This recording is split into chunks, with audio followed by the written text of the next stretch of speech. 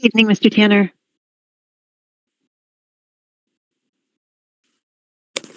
Good evening. Good evening, Danielle. Oh, no problem. Take you a couple minutes. No worries.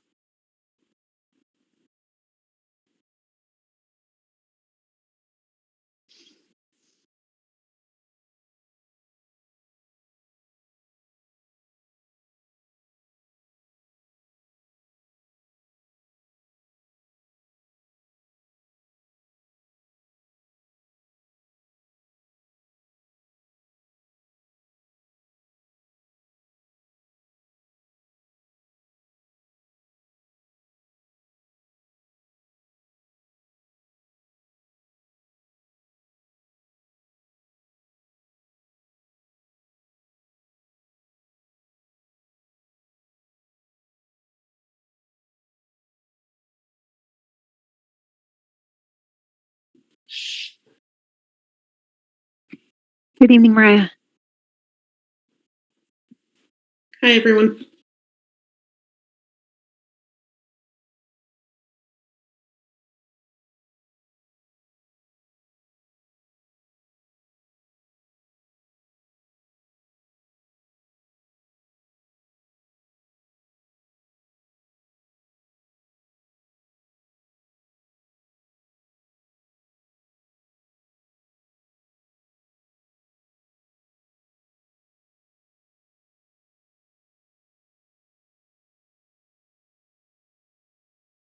So this evening, April Sauer will not be joining.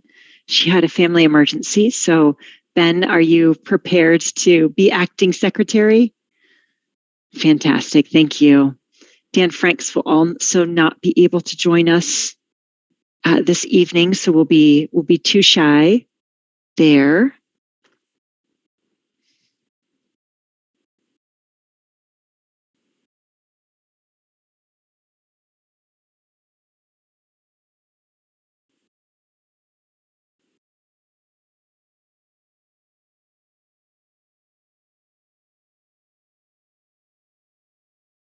Okay. Looks like we have 3 attendees tonight so far.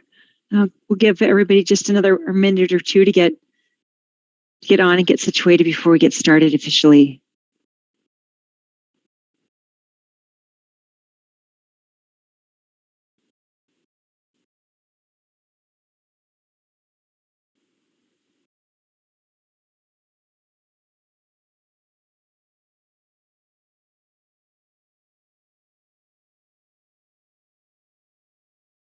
Mariah, before we get started, would you mind reading the closing verse this evening? Great, thank you.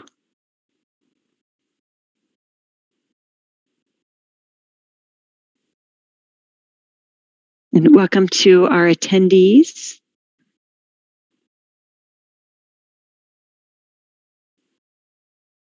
Okay, why don't we go ahead and get started, and perhaps we'll have a few more attendees trickle in.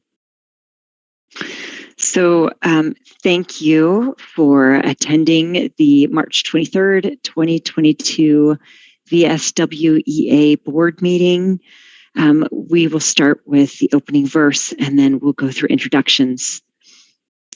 The true aim of education is to awaken real powers of perception and judgment in relation to life and living. For only such an awakening can lead to true freedom. Rudolf Steiner. And now we'll move into introductions. So I will kick it off and then I'll kind of just call people out from right to left on my screen. My name is Kirsten Kabina. I am the board president and I have 2 children at Desert Marigold. Ben, you're up next. Hi all, Ben Fong, board member, 2 kids at DMS. Thank you. Nellie? Hey, Nellie Grossenbacher, board member and 4 children attending DMS. Thank you. Scott?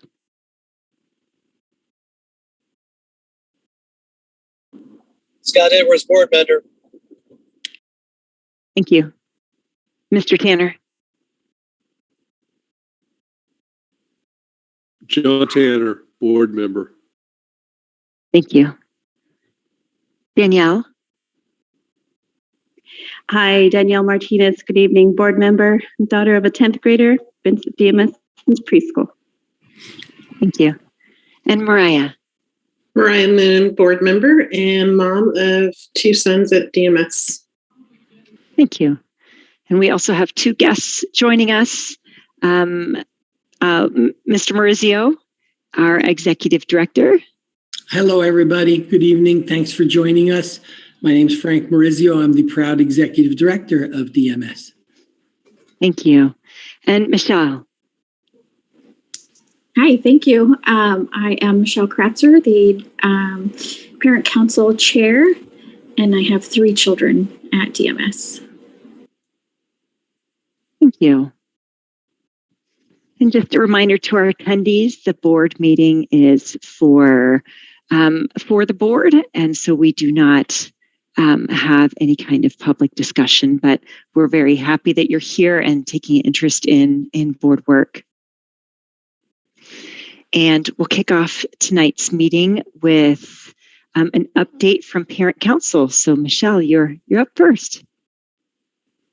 Thank you again. So I have a few things that we did a mudding on the garden structure right before spring break, the Saturday of spring break, and that went really well. We had a lot of participants, so thank you everybody that was there. We will still have to do a few more to keep it going and up to date. We had a Rubio's fundraiser on the 9th, and we just heard that was $235 that we raised that is coming to us. So we will see that. And then we have Feed the Faculty tomorrow. It's mostly full, but there may be a few more things. So there's a sign up on Parent Square if anybody's interested in that. And then we have the barbecue on April 1st, Friday. That's an in-school thing. And then a Chipotle fundraiser is April 12th from 4 to 8 p.m. And then our parent council meeting is that morning, April 12th, Tuesday, after drop off.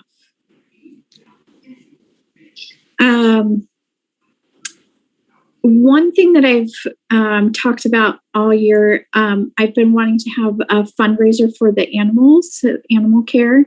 And I am open to ideas and thoughts on that. That's good timing, I think. Yeah, Nellie. I've had ideas about a fundraiser all year, Michelle, and I know that, we've tossed around the idea of a spring gala, but I've reached out to many venues and I think that businesses are so strapped. Frank's ideal situation would be to have a venue donate their space. And I just think businesses are so strapped. And I was thinking about how we can incorporate a fundraiser, and Animal Care is I think, an amazing thing that needs to be recognized and funded. And I was tossing around the idea of a brunch that we can do on campus. So we're taking away the dinner and drinking component and do a coffee and tea brunch on a Saturday. And I know that we're really pressed for Saturdays left within the school year. So I know that I was looking and hoping that I know that I could pull this off if you guys wanted it and had your support. And if we did a brunch in the garden Saturday, I believe it's the 7th, it's before the 6th grade goes to medieval games. And we did like 11 to 2, sold tickets, had each class be responsible for making a basket that's auctioned off, reach out to community members for silent auction ideas, and hopefully, be able to raise a large chunk of money for the animals. Because that can also incorporate how you and Laura have talked about sponsoring Spammy or sponsoring a goat or a horse, which can also allow additional funds to come in. Because you also need to think about, once the wood shop moves, right, expanding your barn. I know you want to move the chicken coop, or at least fix the chicken coop. I know 4th grade's hatching chickens, so the Animal Care expenses are only going to go up.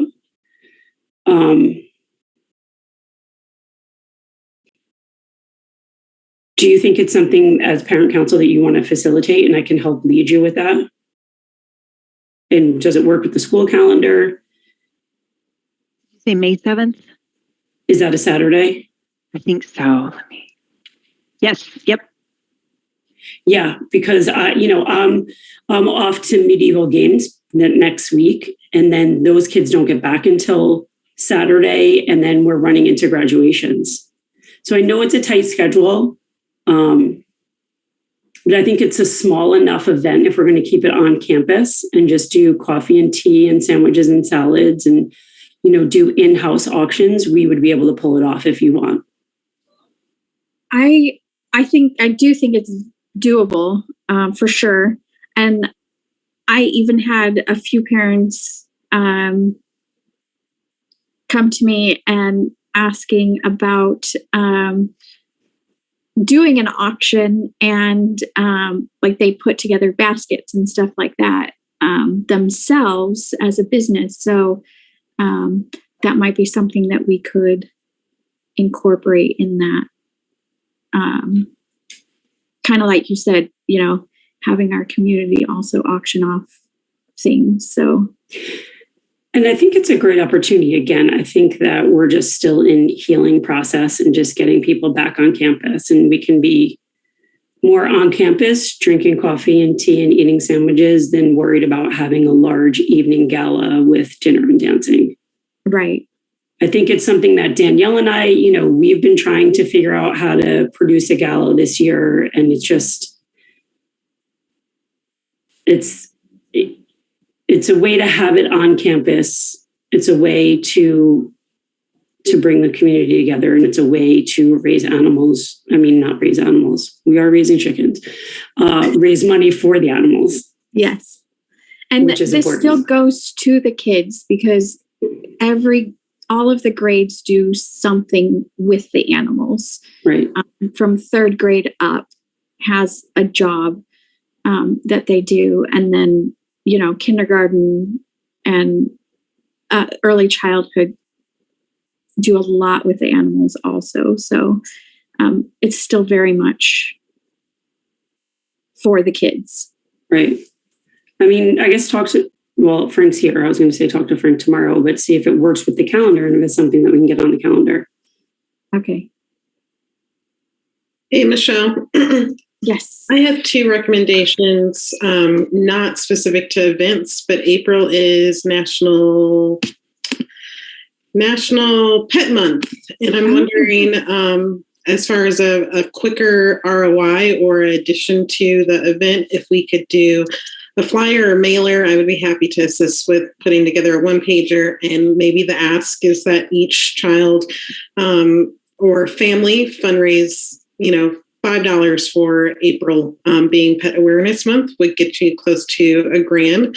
And then additionally, if anyone is aware of any grants specific to anything around DMS, Ben and I have been writing, I think we're on 2 or 3 grants, and we just wrote for, as you know, Michelle, a Whole Foods garden grant that was $3,000 that would include pet care. So we would be willing to continue to support on kind of the grant writing side or any kind of mailers to support also the event side. That would be awesome.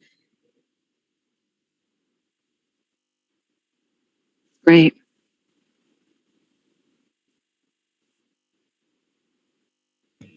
Anything else, Michelle, or any other thoughts from Michelle?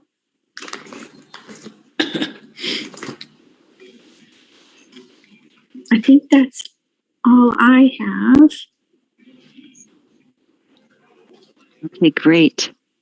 Thank you. So we will move on to the executive director update. Okay, good evening, everyone. I'll start with the most recent situation. Last night was our town hall, and everything went very well. It was a small but powerful group. They were very positive and very kind, asked lots of good questions. We were on the patio right under the awning by the bridge. We all sat together very close. No microphone was needed because there was only, I want to say, 11 of us total. But it was very positive. Lots of good questions, and we appreciate everyone who took the time to go home, feed their families, get back in the car, and drive back to DMS and meet with us in person. That was nice of all of them. Second thing, I need to thank Parent Council again. Michelle is too modest to say. So in the last month, we have done a cleanup of the riparian. We have done a new set of monkey bars on the first grade playground, and they have mudded the outdoor classroom. They are working very hard, and they somehow in a weekend managed to get anywhere from 10 to 40 people to come out and assist them. And it's just remarkable to see happen. And thank you to Parent Council, Michelle, Laura. Thank you very much. I'll go over some quick updates that I sent you in the board report. We have 287 students currently enrolled. That's what we've had pretty much all year. We have a number of students enrolling for next year that brings us to 314 or 316, I think, which is remarkable. And even better, a big piece of that is the fact that right now we have 24 ninth graders registered for next year. 24 ninth graders. That is double any class at the high school right now. And so I'm hoping, I know it's early, I don't want to count my ducks before they hatch or my chickens before they hatch, but this is a good step in the right direction. If we can make this come to fruition, we will be off to a great start for next school year as far as student enrollment goes. We currently have 3 openings. First,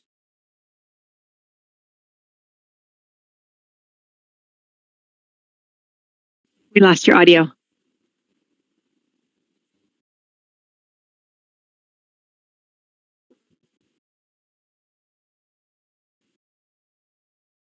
hear me? Oh, looks like we lost him for just a moment. Oh, you're back. You're still frozen, but we can hear you. Sorry. So let me go over it again. A first grade teacher, a 7th grade teacher, a special ed Very teacher, good. and now a speech therapist. And I have applicants for every one of those jobs, which is remarkable. I'll knock on wood now. It is our goal in LDC and my goal that we are hired before May 1st, that all this is done. We don't want to go into the summer like we did last year. That was not a positive situation. And I have 2 Waldorf applicants, which is even better news. Teachers who actually have Waldorf experience. I'm very excited about that, and a Waldorf certificate. So that's a good thing to report to each of you right now. On the capital front, we are still waiting on the wood shop and the bathroom. I have checked every 4 days with our contractor, and he checks and calls me back and says it's still on the pile for permits at Phoenix, at City of Phoenix. People have told me I can pay to move that ahead. I asked that question of our contractor, and he said, Frank, that's just not true. Otherwise, all the people with money would get their jobs done first, and that's discriminatory. So there's no fee we can pay to bump us to the top of the list. He says we actually will have better luck having him talk to some of his contacts in the city of Phoenix, that because we're a school, sometimes they lean in a school's direction because they know we need the work done over summer. So it will be done for the first week of school in mid-August. So we're going to try that route now. I'm trying to think if there's something else. No, that's a quick update. That's where we are. We're getting ready for Maypole, and you'll get an announcement coming up about that any day. We have something special planned. I'm not allowed to tell you yet, as we will finalize.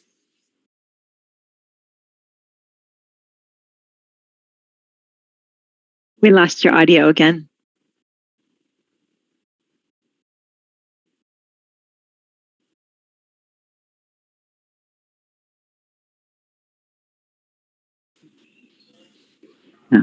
Oh, Frank, we lost your audio again, right about when you said that there was a secret that you weren't going to share with us just yet. Yes, we're planning something, and the staff has an important meeting tomorrow to finish the final touches on what our plan is. And hopefully by Friday, you, the board, and the community will get an email announcing a wonderful activity to end the year with. So stay tuned. And that's all I. Frank, I'm wondering if you wouldn't mind sharing. I know that you always share, attendance and enrollment, or more enrollment than attendance with us. And I'd love if you maybe could share, for attendees. It became obvious to me a little bit last night that maybe not everyone understands, how a charter school works operationally, and why attendance, or why not only attendance, but why enrollment is so important, and why that's always top of mind for us. You bet. And some of you know this because you've been around a while, but some of you, this is a new formula to you. But you know that every board meeting I stress enrollment, because I understand clearly, while we love doing lots of fundraisers on our campus, the main source of income for any school, including a charter school, is student enrollment. We get $6,800 for a student. That goes, every student that's enrolled, that goes up depending on if they're a high school student. You get more for high school students, and you get more for students with special needs. And so we're constantly trying to keep those numbers high because that's more money. Here's a quick example. We're at 287. Let's just say it's 285. And we go to 300 for August 5th. That's 15 students times a minimum of $7,000. That's a big chunk of change that can go towards stuff. Now, remember, I gave you a number of 316 and counting. So that's 30 kids times $7,000. That's $210,000 extra dollars in our budget. And I say 316, remember, we are almost full at the elementary school. We might have 3 openings spread out through the grades. The high school is where we're making the big push to go from 11 last year in ninth grade to 24 this year is a remarkable jump. And John's class has 31 going into eighth grade next year. And our hope there is we get 25 of the 31. That would be 2 years in a row of over 20 kids. That doubles the size of the high school. That is just automatic dollars into our budget and coffers to be used for things that are the biggest need. We talk about teacher retention. We all know our staff needs to be paid more. They need to be, their insurance needs to be more. We need to give them more in a 403B. We're looking at all of those things right now. Not to mention, we want to hire some other people. We'd love to add a strings program. We'd love to add another special ed teacher, to be quite honest, because we're very thin in special ed, even with the opening. And so those are things that you really use your money for immediately and you may or may not know this, in most educational institutions, 95% of your money goes to salary and benefits and operations. So that means supplies, electricity, air conditioning, water, that type of stuff. So that's a big deal. That's a big deal that we get more students. You brought up the word attendance, Kirsten. I do want to announce to the board, you guys, our attendance is atrocious. I mean, how many absences our students have. By the way, in checking around with colleagues of mine in other districts, everybody's attendance is atrocious because of the amount of students that either got COVID or a family member had COVID, so they had to stay home. And in many of those circumstances, we have a family that's been through 4 bouts of it in their household. And nobody is dropping anybody for COVID. Rightfully so. I understand that. It's my hope that when we begin next school year, that will be well behind us and we can return back to the real attendance policy of you can't miss more than 10% per state law. And I'm starting to talk about that now. So parents are getting that understanding that COVID was a different circumstance. And we have kids with 35 absences right now. That's well outside the 10%. And by state rules, they should have been withdrawn from school. But no school is doing that right now. Hopefully, when we put this behind us, we can return to kids come to school every day. Because as you know, the best way to have student achievement and learn is to be present. You have to come to school, period. So that's just a little bit for you guys ahead of the curve. I'll start talking about that more in emails to parents to start prepping them for next year. It's just very important that kids come to school every day. That's all on that topic. If you have other questions, I'd be happy to answer them. Frank, I have a question. I know that the 8th grade class was very receptive to their visiting day in the high school. Will you be doing any outreach this year with the rest of the middle school, 6th and 7th? No, we weren't. We've been focused on 8th grade. I think we had one thing for 7th grade, but it was very small, Nellie. I know the opportunity, because that 7th grade is so big, is something we don't want to let slip past us, meaning Mr. Tanner's 7th grade, which will be 8th grade next year. So it's possible that the high school and I do one more thing for 7th grade only. We feel good about how many of our 8th graders are coming. Of course, we would never say to an 8th grade parent, you can't come to this night because it's 7th grade. We wouldn't do that.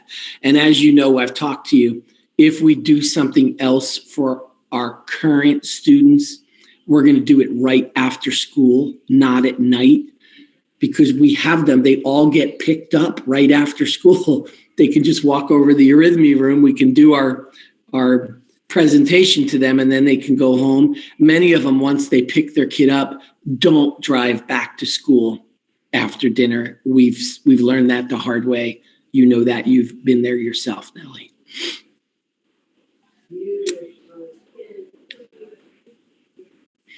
Any other questions for Frank? No? Thank you. Oh, yeah, please go ahead. One last note. Thank you all for your kind words. I'm doing fine. I'm back to work full time. I'm limping around like a peg leg, but I'm okay. I'm going to live, they say. So thank you for all your prayers and thoughts. Good to hear. Thank you. Okay, let's move on to the financial update. I will share my screen so we can look at this together. Okay, so I'll start with the February. This is the profit and loss, but it also compares it to the budget, which I think is always a good thing to keep your eye on as well. It's highlighted February for us, as that's, while it's giving us a running total, this is the month that we've just closed. What you might notice is that we have gone in the red for the month by $4,000.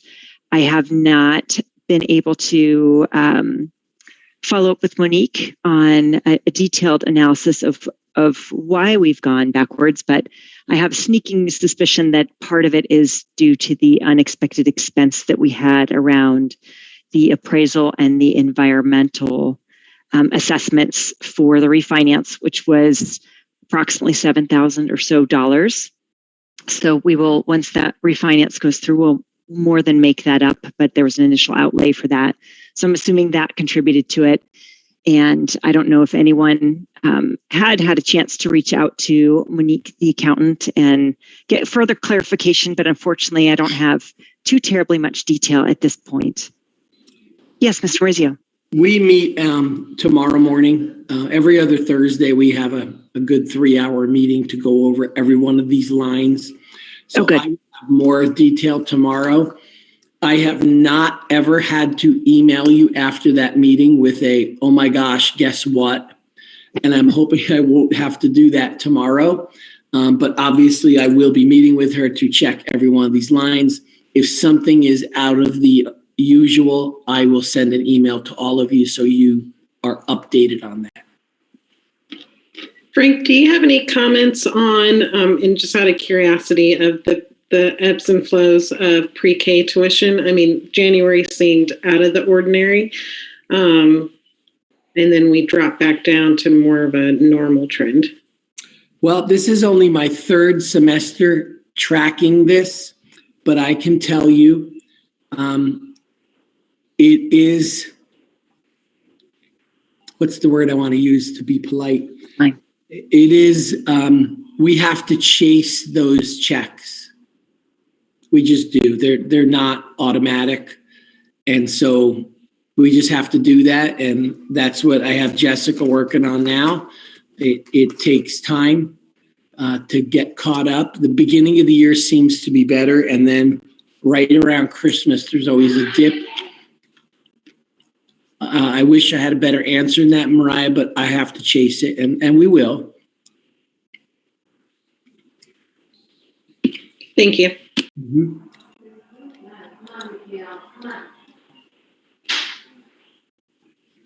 Okay, we'll move on to the collapsed profit and loss. So this is kind of taking a wider lens on the year. So we're still good for the year, but always good to keep our eyes on the month to month as far as our income. And then, of course, the collapsed balance sheet. And again, Monique provided all the financial documents to us. So just kind of putting this up here to see if anybody had any questions, any discussion that we needed to have. No? Okay, great. And then just to give you an update on the refinance. So it's taken a little bit longer than we had hoped. We were hoping to close at the beginning of March. That is when our balloon payment for RSF was due. And due to a variety of humps and bumps and challenges getting the refinance together, it's taken us a little bit longer. RSF has been very gracious with us and is just letting us, kind of work that through. We're in close communications with them. And I think we've gotten through everything. I should be receiving the draft of the contracts tomorrow. We got through the appraisal, that took a bit longer. The environmentals, everything's just a little bit backed up right now, but we should be able to close by the end of the month and be able to refinance. We're refinancing 2 of the 3 loans that we have at a lower interest rate. So that will be, it's 2 points lower than what we have now. So that will be a huge financial savings for us going forward and into the years to come. It will be a 30-year loan. So it's not something that hopefully anyone will have to go through again, because I can tell you from firsthand experience, refinancing a large loan is tedious, as I'm sure refinancing any piece of property might be. So that is an update on the refinance. Hopefully by the next meeting, we'll be able to pop the cork on some sparkling cider and be happy for the savings. Any questions from a financial perspective? Okay, great. So moving on to our next topic on continuing business and open issues. I will move to approve the meeting minutes from the March 2nd, 2022 regular board meeting. Nellie, second. Thank you. Any discussion? All those in favor?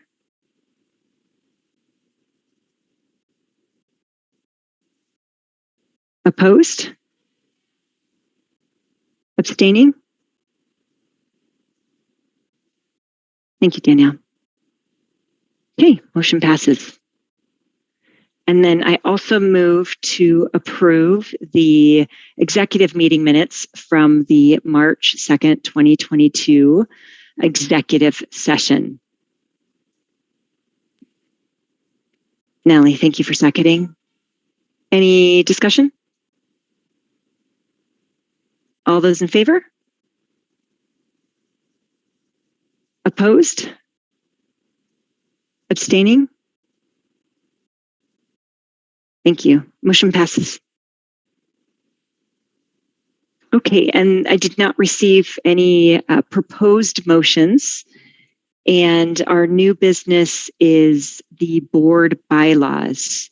Nellie, did you want to kick off that conversation?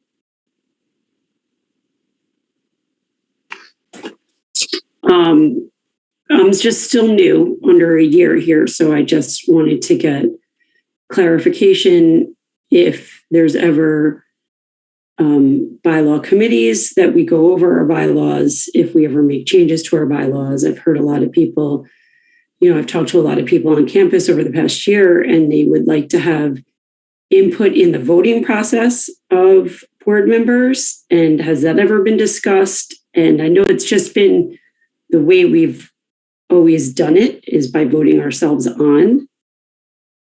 But if we were to have a discussion about it and possibly change it, how do we go about doing that? And what are anyone's thoughts? I know it's a big component to think about. And I think it would have to be something where it would be, we're having our meetings, people are present at the meetings, we are having our interviews, people are present at the interviews, and voting is only if you're at the meeting, you're there to vote. That's, that's the way I can see, just from an accountability purpose, rather than people logging in from all over and voting. I would think it would have to be an in-person. That would be my idea. I don't know what anyone's thoughts are. I've never sat on a board, so I just know that in any school board that in district I lived in, they were public and bigger, obviously, and they were voted on by the public. So it just seemed strange to me to be on a board that was voted on internally by ourselves. Does anybody have any thoughts? I had another question to tax on to that. I'm curious if this is a Waldorf thing as far as the board voting and selecting their peers. Does anyone I don't know? know. I know we can change the bylaws as stated in the bylaws. So we just need to, make a motion and vote to make changes. I believe the last time changes were made was 2010. Again, I didn't look too deeply, but I think that's the last update I saw. So now might be a good time for us to take a look and review the bylaws, make sure they're still in accordance to how we want to function as a board, what we feel like is important. I think that's great. Just like the code policy, right? We just kind of dug through it and found the right way to make it work. As far as voting on board members, writing on board members, I'm not sure where or how that came up. I mean, we are all community members, so it's not like we're being pulled out of a vacuum somewhere. No, I know. But I don't know why it was set up this way, or if that's something we want to change. I think if that's something that we want to think about, then we certainly can decide that as a group. Mariah, back to your question. I believe that at my Waldorf school in New York, they also voted each other on.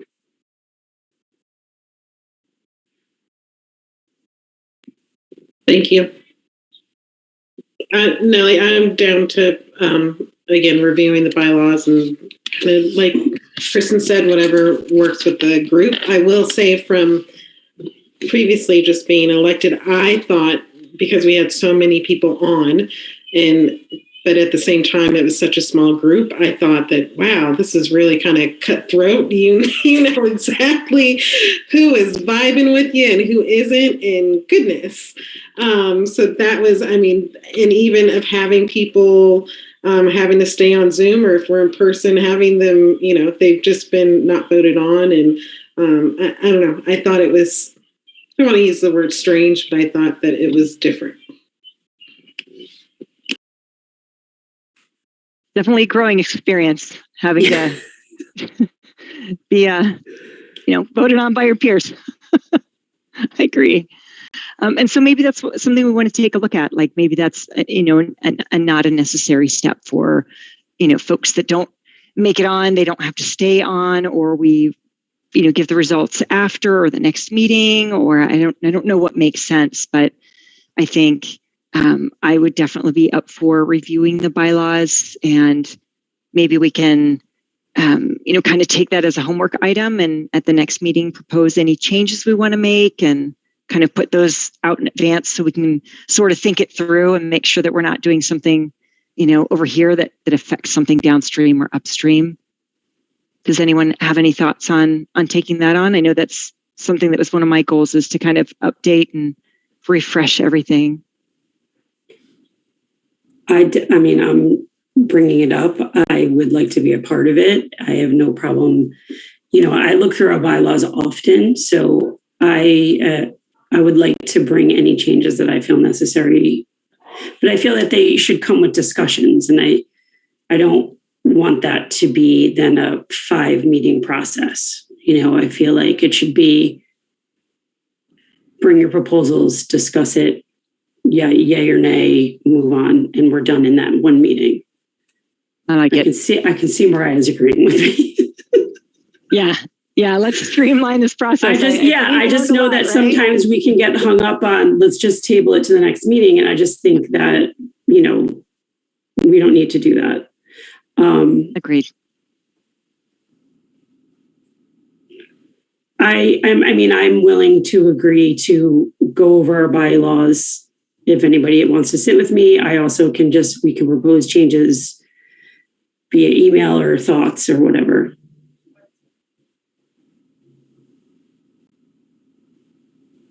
I guess I'm open to suggestions. I was kind of thinking we'd, read through the bylaws, think about what changes we wanted to make, and maybe propose them and put them on the agenda.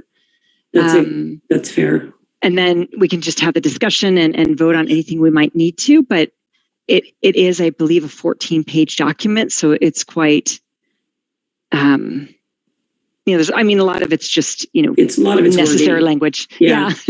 A lot of it's probably stuff that we don't necessarily need to change. But does that work for everyone, or does someone have a better or cleaner or more concise? Ben, yeah, go ahead. I don't have any more concise process, but from having served on boards before, sometimes the rules around changing bylaws are pretty different from just proposing motions. Like I've sat on one board where you had to propose changes at one meeting and you could not vote on them at that meeting. You had to like sort of let them simmer and then vote on at the next meeting. Sometimes they require supermajority support in some percentage. So that's something to look into if we do want to change the bylaws. Yep. And I checked into that already. I'm just going to share my screen again real quick so we can kind of look at it together. So the amendment of the bylaws, it looks like there's it's pretty loose as far as, constraints that we can alter, amend, or repeal by approval of the board of directors. So it seems pretty straightforward. I don't think we'll run into anything like that if we want to make changes. Okay. My only comment to that, again, of being part of other boards is Yes. making sure the rhythm isn't conditioning ourselves to think that this is a live document, that we can completely, in some boards I've seen that, it's once a year during the board retreat. Like it's not a subjective kind of live document that can, within whatever's the momentum of the moment, then I don't think that bylaws should be dictated and changed. So I would be almost, if we're talking about an opportunity of changing, I think it should be annually, if maybe a maximum of twice a year, that we're putting amendments to our bylaws.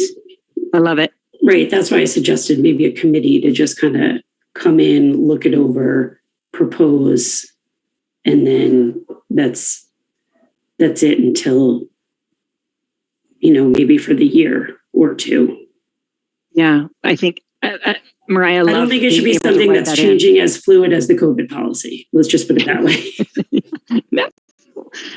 I agree. I think we should write that into the bylaws. It's important, right? So that it's not a living document. It's, maybe it's the board of directors, whoever that is down the road, takes a look at it on an annual basis, makes a decision, either maintains it or, proposes changes. And that's done on an annual basis just to make sure that it stays current and top of mind and is part of board function. Does anyone have any other thoughts, though, or input in regards to the voting process? I have a question. So I think as a board, need to kind of look at what our role is. Are we actually a representation of the school community? Are we a higher elitist group that kind of does our thing based on the what we think is the best interest of the school, independent of that? I mean, so I think that's kind of important of how we feel about this policy and if we want to change it or not.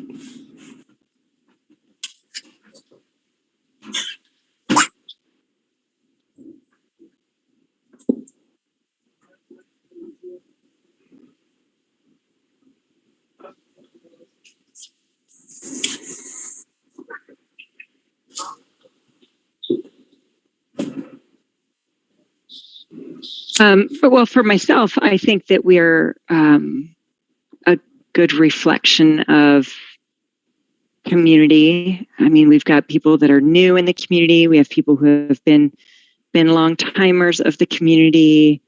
We don't currently have any alums, which is part of the ideal makeup of the community. But again, not everyone wants to volunteer in this way either. So I don't find us to be an elitist group, but I could have a blind spot there as far as our makeup goes. If anybody else has any thoughts.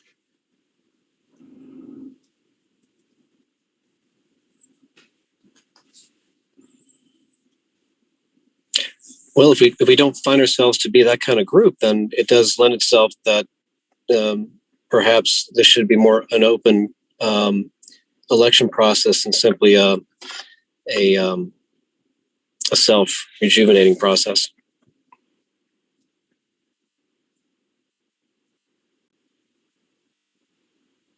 should be looked at is what I'm saying.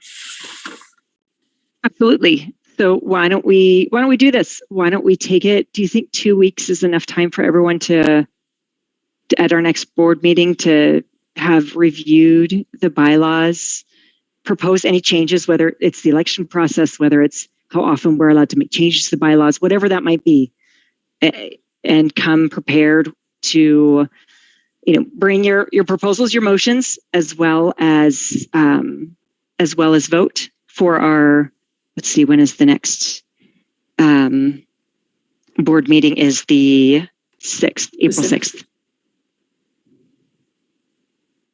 Does that feel doable for everyone? That's doable for me, just so you have an answer. Thanks. It's doable for me as well. Danielle, Mariah, Mr. Tanner, Scott, Ben? Any thoughts? Sorry, I guess I'm just a little bit confused what we're voting on, because people can propose motions to that effect anyway, right? Regardless of what we decide here. Sure. Yes, always. You can always, propose it. You could propose a motion right now. I just feel like with a document that has this much information, being able to give that like on the agenda, proposed motions, just gives everybody kind of a moment to think about, does this make sense? Well, what about this? And it'll make the discussion a little bit easier. And the only reason I suggested is I felt like a couple of times when we were discussing COVID policy, we were like, yeah, let's do it. And we'd vote. And then we're like, oh, wait, it's effective immediately. How are we going to do this? We didn't quite think of it all the way through, and just having it in advance to think through and make sure, does this make sense with the rest of the bylaws? Felt more structured to me, but I'm a structured person. So if I need to loosen up, I certainly am not trying to control it. I just want to try to make it effective and give everyone enough time to think it through. Mr. Merzo, did you have a thought? Yeah. To play off what you just said, a lot of things have to be stated with the motion of we are changing how board members are elected. Example, it would be really bad to replace all 9 of you at one time.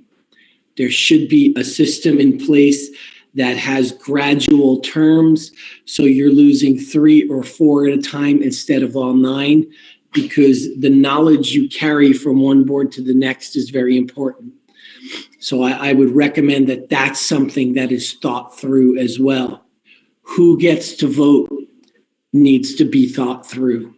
How we will tally the votes, I highly recommend. Typically, Maricopa County will provide that as a free service to schools for small charters, because you want a third independent place counting the votes. You don't want anyone saying, oh, no, there was funny business there.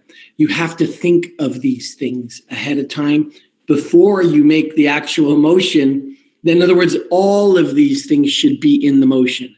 The motion to change and what we're changing to. Just thinking ahead on these things, that's all. That brings up a really good point too. I think that we also need to consider board members need to be fingerprint clearance. They need to be able to pass a background check. Just having a popular vote doesn't necessarily, there's a lot of proprietary sensitive information that you get as board members. I think there does need to be some sort of criteria I think that around it.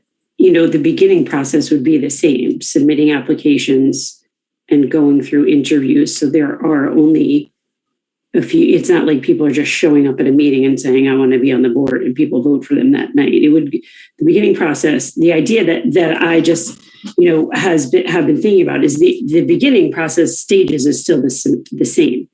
The applications are being submitted to the current board. We're doing interviews that members of the community, as they are now, still are watching.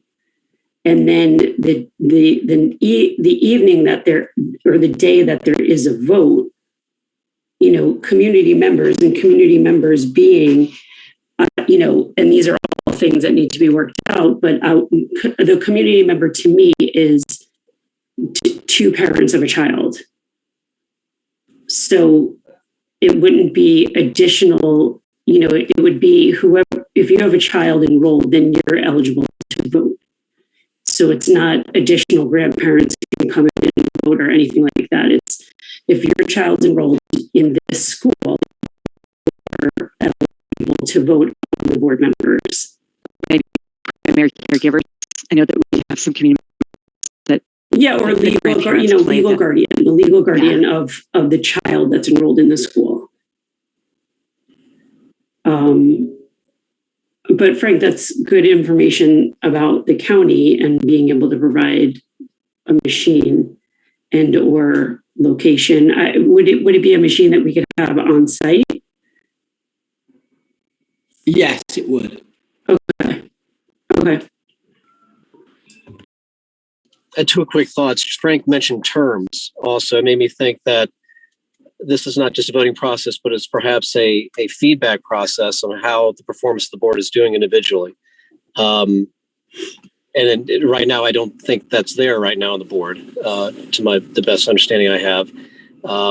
So if we have terms, then we are going to be subject to being voted out, supposedly, if the board, the community don't agree with our performance or feel good about how we've represented them or performed on the board. I think that's a good thing. And I think that should be included. And the other thing is that, I guess, do we talk about it now or should we, what do you propose is the best way to do this? Do we just kind of propose things and then discuss it? Or do we just kind of have a bunch of ideas right now just for people to think about? Or I'm not sure the best way to go about this. I mean, it's on the agenda, so we can talk about it, right, Kirsten? Mm-hmm. I put it on there specifically so that we can start the conversation, Scott. Okay. What else we got?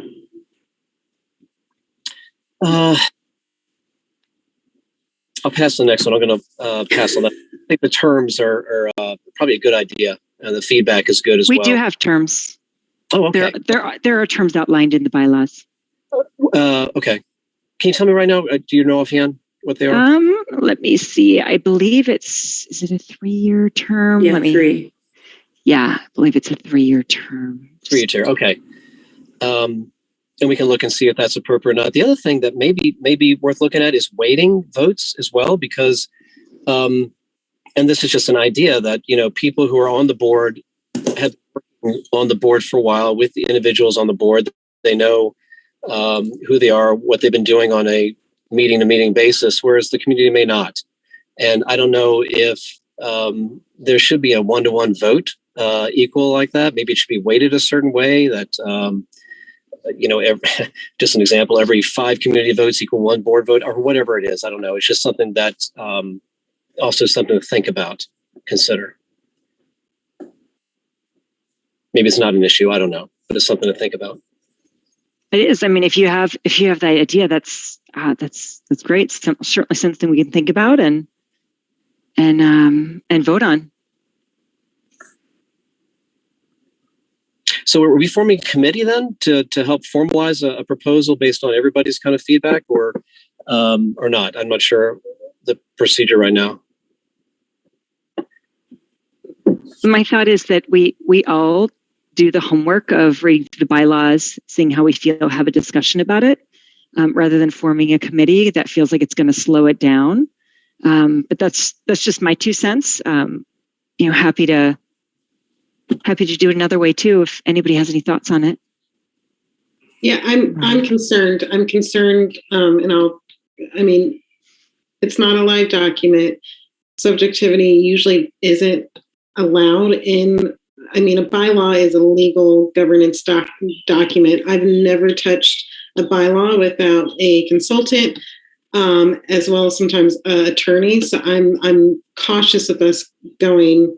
Again, I don't want it to be drawn out, but I'm not sure if we're directing it in the right way of where this is a legal document that has state statute in it. And if you touch one place, you might be dinging off a bunch of out of compliance laws or things that just trickle down effect could be something that we're not even seeing.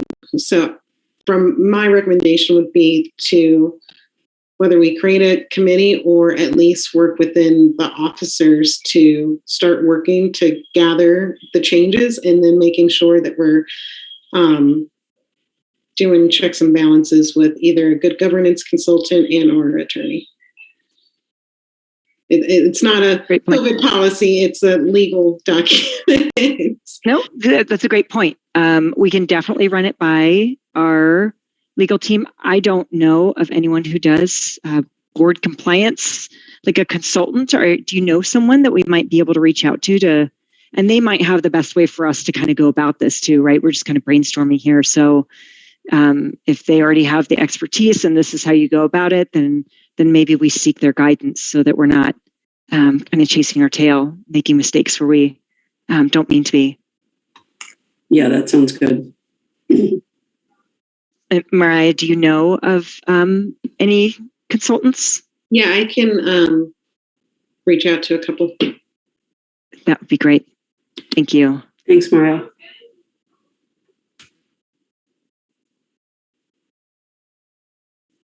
Any other discussion on the board bylaws at the moment?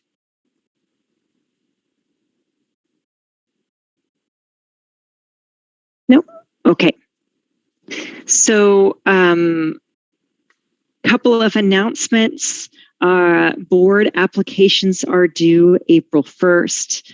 April sent out an email via Parent Square, just outlining that process. So just so that we're all aware, the 6th, April 6th is our next board meeting at 6:30 via Zoom.